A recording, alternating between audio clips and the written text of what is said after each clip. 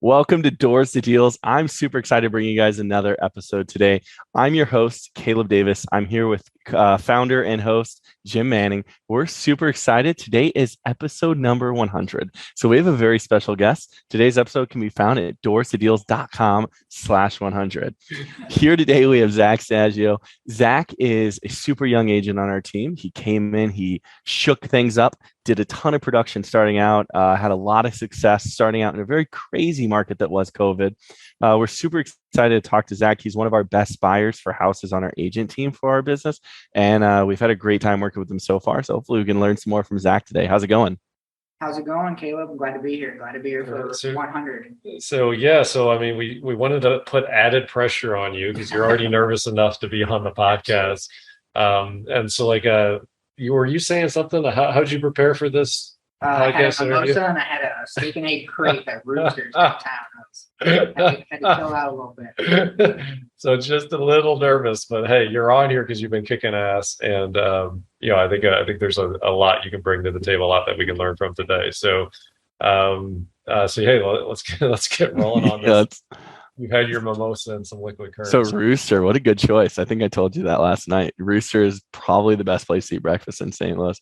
Tell us a little bit about yourself, Zach. Kind of what's your real estate career been like? I know, but tell the listeners, those people that don't know you that are listening in.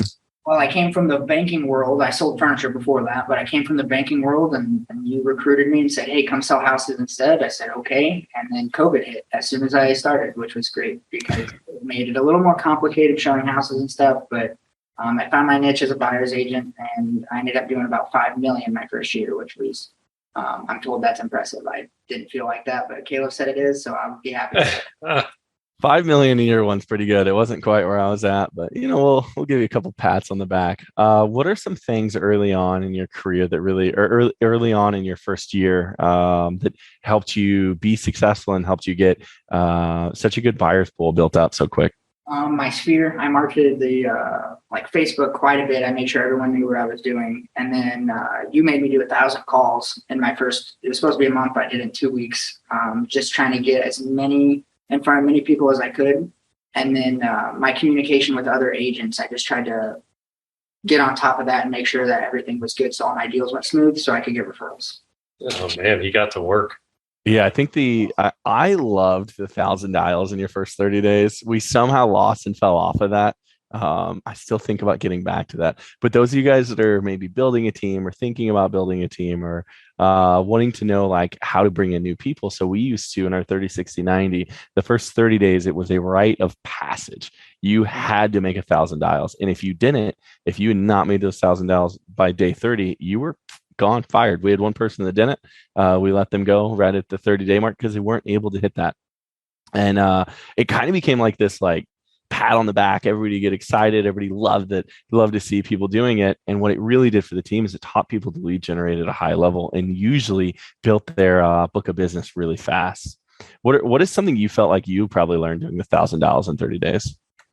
Rejection is okay. You're not going to get everything. And that was huge for me because I felt like I was kind of letting myself and my team down every time I didn't get one of those calls to be successful.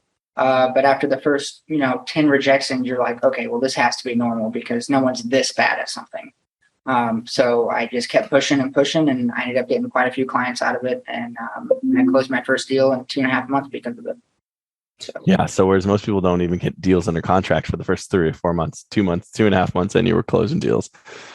Awesome. So let's go a little bit farther back. You worked in the banking world. You sold furniture. What are some kind of key things that helped get you ready for real estate, or what are some things that you learned from those worlds that maybe you incorporate in your business and life today? So the furniture world probably taught me the most. I got really good at talking to people, and I kind of figured out my niche on how to personally connect with everyone and go from there, which I think is really good when you're showing houses to be able to connect with people. But what it really did is it showed me how to break the ice when you meet brand new people. You have people coming in the door to buy a couch. Obviously, they're there to buy a couch. But how do you get them to buy a couch from you? So you have to be personal. You have to talk. The banking world just taught me a lot of computer stuff. That's really all it taught me. That and hey, how's it going? What can I do for you today? Yeah, I knew you were way too talented to be in the banking world, and we had to get you out of there. So a little interesting note that is a lot of people don't know this about Zach, but I think Jim does. Zach actually worked for my construction company that I used to own like 7 or 8 years ago. So this is the second company Zach's ever worked for that I've owned. So I think that's really, really funny. Let's go into that a little bit, Zach. So you didn't talk about the construction, but do you feel that any type of background in construction helped you out in real estate? Yeah, I learned how to do drywall, and I learned certain ways to paint where you didn't, leave streaks and lines, and you taught me how to do flooring and stuff like that. So I think it's really neat when I walk through with houses with clients that I can point out things, and I know certain things, but you know what, that's an easy fix. I take it 10 minutes, or I can just give advice on something that I would or wouldn't do when I'm looking at houses. So it's nice to have that experience and have that under my belt to kind of conversate with my clients. It's one of the most underrated skills is being a real estate agent. We talked to Cole just 2 weeks ago. We had Cole on the podcast, and Cole also had a background in construction. And if you guys notice, Cole had a lot of things where he walks through, he's like, well, this can be fixed easy and that can be fixed easy. If you can educate yourselves, guys, on how a house works, on how to build a house, and not even like doing it, just watch some videos about what to look for, you can up your value to your clients so much, whether you're an agent or an investor. I think understanding the inner workings is important. I love how Caleb also started on the same path, and like how that was, he was swinging on some of our projects as he was getting going too. I honestly contribute a ton of my success today from my construction background. Mine's much more extensive than Zach, but I mean, I can walk through and tell people what walls can't be taken out, how much it'll cost. Usually tell them more than a lot of, and this is whatever. I know more than a lot of inspectors do about a lot of things on houses. And when you're able to do that walking through, your clients love you so much. They're going to refer the heck out of you because you shine differently and have more value than a normal agent. Yeah. So the only thing I would kind of add to it is having knowledge on the inner workings of a home and being able to do it. My wife jokes that I don't know how to pick up a screwdriver. Like I'm like one of the least handy individuals you ever meet. And I was a sports kid. I played a lot of sports growing up. So my construction was very limited when I got into real estate. But what was nice about doing flips and doing some investments is I was still able to bring that investment IQ into, like, if I had a buyer client and give them the perspective on, okay, you can open up this wall. What are the expenses and everything like that? Cause like I had done a couple of those deals, and that does so investing into real estate and kind of getting that construction knowledge is a value add that your clients will really appreciate. Yeah, so no question about it. When I get to walk through the houses with our VIP buyers and I get to look at things, I'm there to open the door for sure. But when I walk through, I have them tell me everything that they know and what they think it's going to cost. And I try to learn that as much as possible because it's going to help me in retail as well, not just, buying for 3 doors, but it's going to help me with normal clients as well, because I'll be able to tell them, hey, if you do this, you can maximize your square footage. If you knock these walls out, makes it open, makes it feel better, stuff like that. So it's really helpful to know the cost of things too. Yeah. So I guess the advice I would give on this is, like, if you're thinking, well, I'm not handy at all, like, that doesn't mean you still can't find the right person to team up, walk through the property with them, learn from them on several houses, and then you'll be able to transfer that knowledge over, even if you don't know how to do anything. Absolutely. Yeah. It's we talk about that a lot, the who, not the how, but really it comes down to value. Whatever value you can give your clients, however you can be more valuable than the next guy is going to help your business. Let's fast forward a little bit. We kind of got into the weeds there. So now you're buying a lot of houses for 3 doors. You're definitely probably the best agent at buying houses. I think you got 3 under this week. What? Didn't hear that. Nice work, buddy. Yeah. You got 3 under. Well, it was last weekend. It took me a few days to do the input. Okay. But so what are some of the things with being an agent buying MLS properties? What can you give some advice to other people about that? How I know one of them was a big follow up. So tell us a little bit about that. So I follow up quite a bit, and I make sure that I'm even when the agents are not so friendly about the no, when you give them the offer, because a lot of people don't like the offers that you give right away. So you have to be the bigger man, and you have to say, okay, thank you. We'll just keep my offer in mind if something happens, yada yada yada. So I do a lot of follow up, and I make notes of what I've offered on and how much. And then I just try to stay in communication with as many agents as possible, because they're going to let me know, like, hey, I have this off-market property. the seller's in a tough situation. Can you help me out? And we do. And that's part of the reason I like doing it, is because I like helping people in rough spots, save some time for them as well. What do you know what the percentage of deals are? And this doesn't have to be exact. What the percentage of deals are that you get under contract that have fell through before? Sorry, are you asking how many deals I've gotten under contract for 3 doors that have fell through? That fell through from the person before. Probably a third. Probably a third. I've made the offer, they've gotten under, and then probably about 3 weeks later, I get a text, "Hey, are you still interested?" It fell through, and I say, "Yeah, absolutely, we are." And then we just go into the process and get the details done. And what percentage of those deals outside of that come 30 days after the initial offer is made? A little under half, probably. Under half. It's not a right away thing for me all the time. Like last week, I had offered on a house 2 months ago, and the agent ran and texted me, or else I would have just had 2 from it. So it's nice that they continue to think of you, though, and that's from my communication. I like to continuously reach out to the agents I've offered on. So half of the deals that you ride on take, and this is really interesting for people listening, that a lot of you guys are riding once and you're just giving up. You're giving up. Half of the deals that you ride on, you get under 30 days later. Hey guys, for those of you that are local to St. Louis, I wanted to make sure you knew about an amazing resource that we have to help do some extra deals. You can email our team at deals@3doors.com.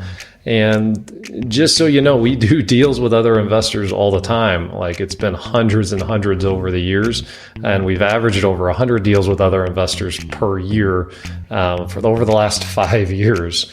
We can straight up buy the deal if you have a wholesale under contract that you want to sell. If you need funding to finance a flip, or like you're doing a burst strategy, we have funding available for you.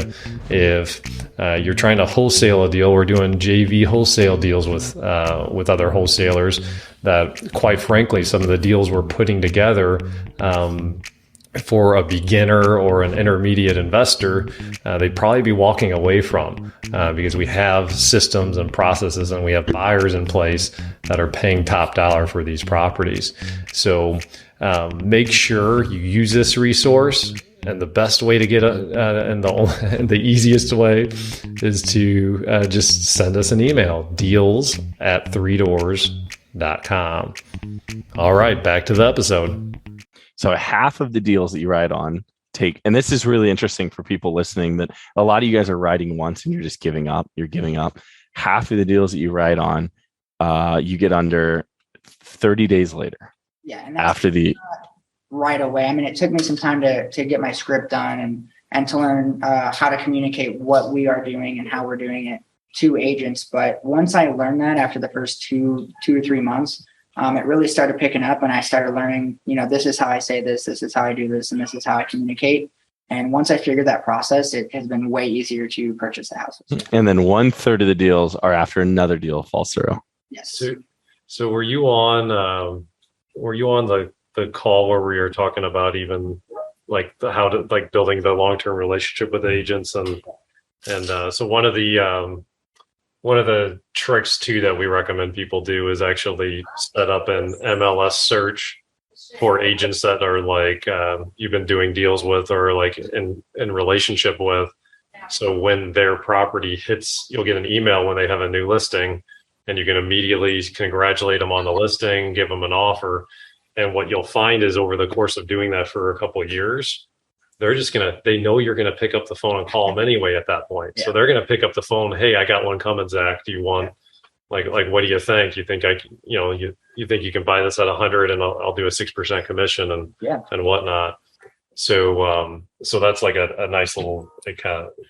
And where that gets even better is before, like, I don't know, you might have just kind of mentioned this. I had some distractions over here. Is before they ever even list it, when they have the deals where the person's like, oh, I have to sell this quick, I have to sell it fast. When you can be that to get your foot in the door by building that relationship so well. I have a couple of agents that send me those deals. Are the best deals I buy every year. I bought 2 or 3 this year, 2 or 3 last year. Never hit the market, and we made a ton of money on them. And we helped the agent out, and we got them a quick deal, which is what their client wanted.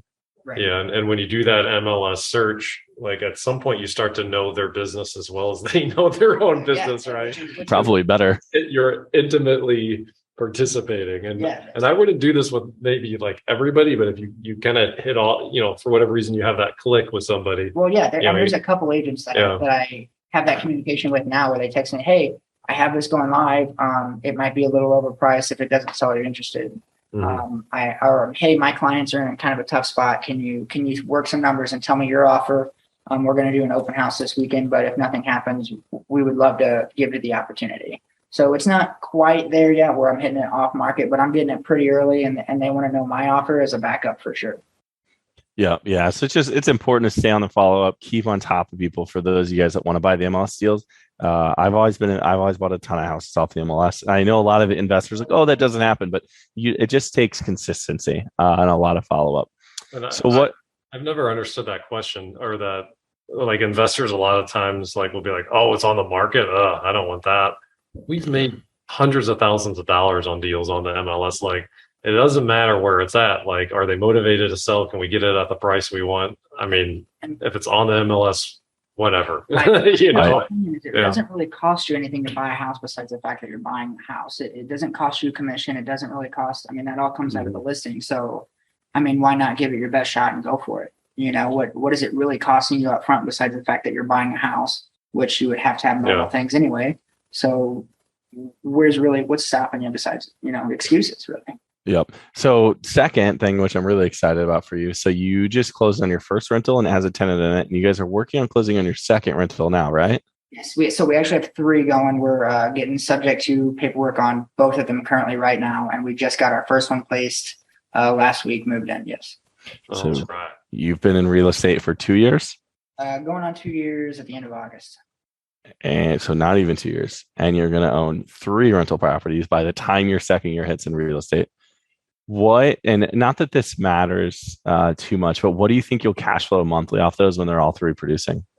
Once they're all 3, we'll probably make a little over $800 total on 3 of those total. And that's just because we're putting a lot of it back into the LLC bank account and stuff. So it's probably more than that, but we're making sure we minimize everything and go from there. We're not really giving ourselves too much money off that because we want to grow it and we want to buy 10 by the end of next year. So 10 grand a year that you added to your monthly income for doing nothing. Yes. So you're like already a 10th the way to financial freedom. Yeah. And you learned how to do these deals about 6 months ago. You did 3 in 6 months. Guys, what's stopping you listeners from doing this?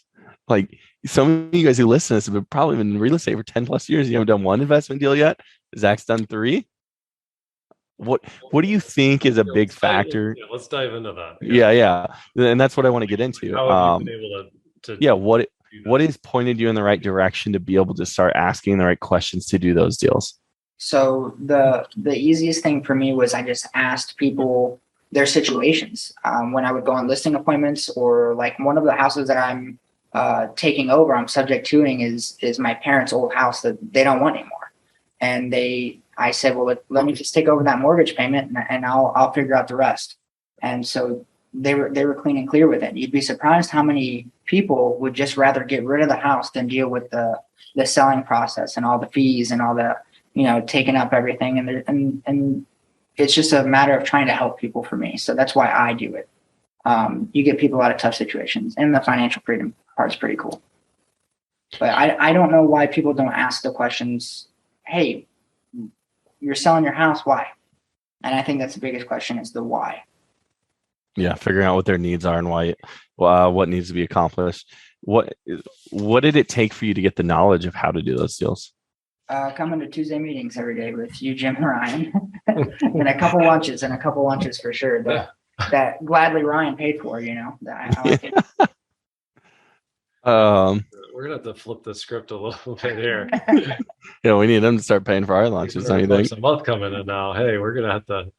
No. I ask a lot of questions. Anytime that I go on with our VIP buyers, I ask them, why are you buying this? Why are you wanting to do this? And I'm constantly asking you, Caleb, what are you cash flowing? How did you do that? Where did you start? Where did you find this?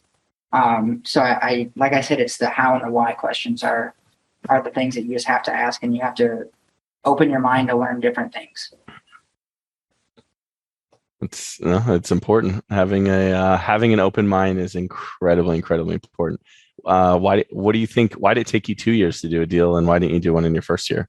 I was scared for my first year, for sure. I was still learning. I was still trying to get my bankroll and get my sphere there to where I was having a constant commission coming in.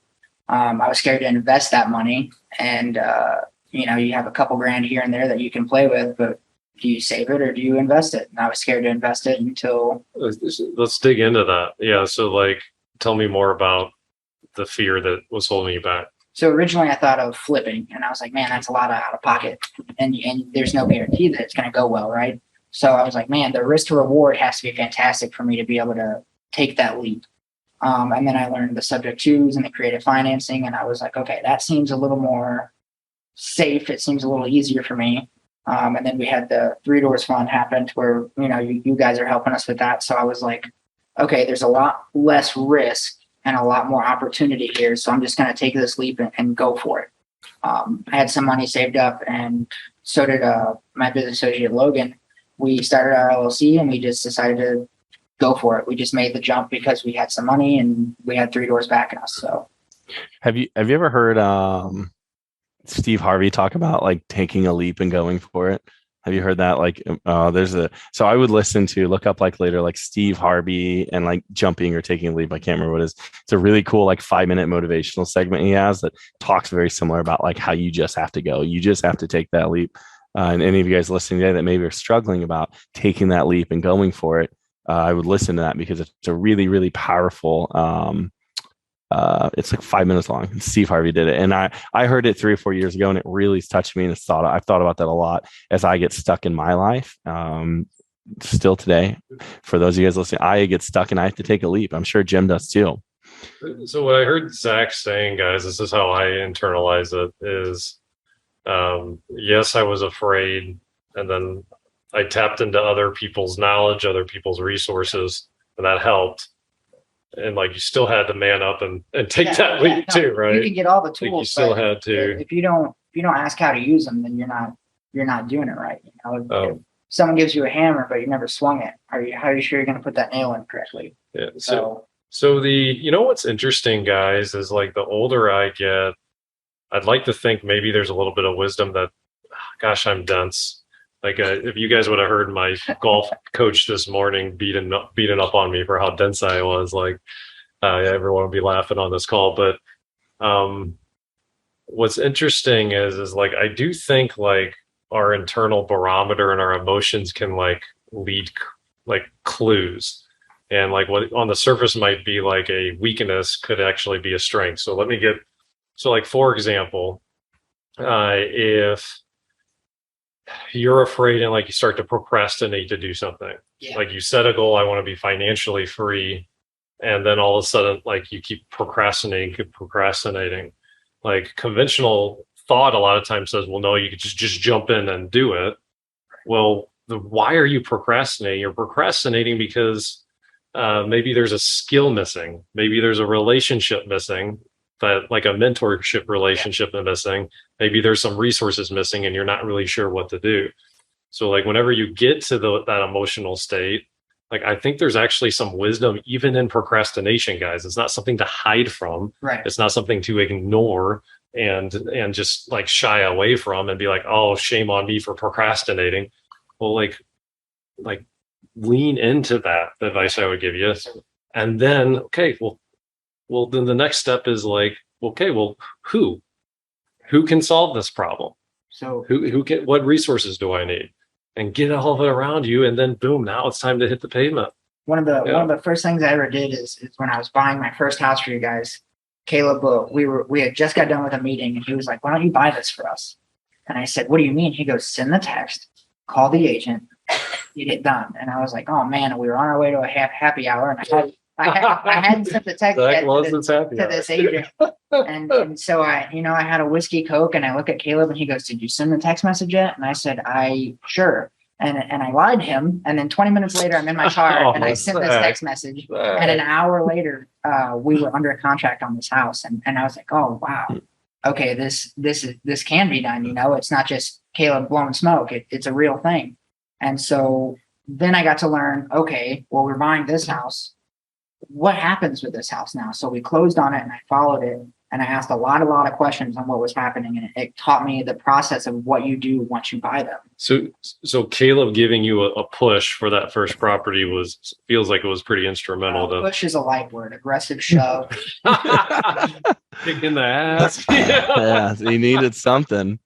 But yeah, he lit the fire, and ever since then, I mean, it's been just not a cakewalk. It has its complications, obviously, things happen, but it's definitely been more fun than I thought it would ever be, and more interesting. I learned a lot of things over the last 6-7 months doing this, so I'm enjoying it. Real estate's a lot of fun. So where do you see yourself in 5 years? Like, if you could say, I'm going to be here in 5 years, where do you see Zach at? Owning 3 doors. No, I'm kidding. In 5 years, I would like to be at least halfway to retirement. That would put me at 8 years. I know financial freedom in 10, but I would like to be financially free, and then readjust. And you'll be how old in 5 years? I'll turn 27 in 17 days. So what is that? That's 31. 31. So I'll be 31. So I would like to retire by the time I'm like 35. I think that's a good number. This reminds me of like the team. So we had a team meeting where Zach was like, gosh, I better be financially free by the time I'm 38. And half the room just rolls their eyes and was like, who is this clown? Like, are you kidding me? It's like 38 sounded so old to you. I tell people all the time, I tell my parents, hey, I'm going to be I'm retiring in 10 years. And I tell people that, and they're like, oh, okay, that's not possible, but it is. It's not that I couldn't retire in 10 years. It's, do I want to? When the 10 years comes, am I going to be happy at 35 not working anymore? And the question probably is no. I'm going to want to continue to work, but I'll have the option, and that's what I want. I want my options. Yeah, I love that. Your freedom to choose what you want. If I want to go to the beach, which I don't like the beach, but let's just say I wanted to go there, and I could, and I wouldn't have to worry about it. So why not? You'd rather be deep sea fishing than the beach. Absolutely. I would rather be on the water, not in it, for sure. I'm right there with you. All right. Anything else from you, Jim? Yeah, I mean, I'd say what would be the best piece of advice you could give yourself, if we rewound the clock to when you were just starting out, hadn't done a deal yet or anything like that? Like what would be the most important thing that you could tell yourself? Ask questions. Don't be nervous. My first couple months, I was scared to ask Caleb a lot of the questions because I thought I was bothering him. But so I failed on a couple deals. My first couple deals, I tried to get under. I didn't because I wasn't communicating correctly. So I started reaching out and asking, hey, how do I type this? What do I say? How do I work this deal? And I learned that now everything that I kind of know detail and contract wise is from Caleb and our coworker Tina, who's probably one of the most efficient workers I've ever seen in my life. She taught me how to basically run my business, and Caleb continued to tell me, this is your business. You just work with me, not for me. And it took me a while to get out of that mindset. But once I did, I took off. And so I would just tell myself, you are working for you. It's just, it's better to have a piece of a pie than a grape. So it's better to have a bite of a watermelon than a whole grape. I like pie more than watermelon. That's or what did we decide that watermelons grow on? Are they vined? They grow on vines. They're on vines. Someone said watermelon tree the other day. Yeah, that was me. And I like to think of a tree that grows watermelons. All right, Zach. Well, we're gonna wrap up here. If any of our listeners want to reach out to you, what's the best way to get a hold of you? My phone number. Should I just tell them my phone number? Yeah, go ahead. 618-973-4478. Give me a call. Shoot me a text. Find me on Facebook. Whatever you want to do, I'll answer any questions anybody has. Well, one thing is I just want to give you a shout out, man. Congratulations on taking that leap, working your tail off, and making the progress you're making to that financial freedom, dude. This is like a proud dad proud dad moment. And honestly, a shout out to you too, Caleb. I mean, without you pouring into him the way you have, thanks. This is him shining the way he is directly. I model a lot of my life after the way that Caleb has ran his. I don't know about that. I don't make many mistakes, so I try to learn from my mistakes. But, I owe a lot to him. I'm here on the ground floor, and I can't wait to see it. It's only up from here. Only up here. All right. Well, thanks for tuning in, guys. That was another episode. We really hope you guys enjoyed episode 100. We'll see you guys back next week. That's a wrap, guys. For additional resources, go to doorstodeals.com. And don't forget, we're already generating over $186,000 per month in passive income for people in our world. And we're just getting started, and we can help you out as well. So if you want to grow your passive income, we have multiple options available. The first step is for us to get to know each other better. Give us a call or send us over a text message at 314-310-4886 to get started. And finally, go out, live your purpose, and above all else, go after your dreams. Till next time. Thanks for tuning into this show. For more episodes and resources that will unlock doors to deals, check out our website, doorstodeals.com.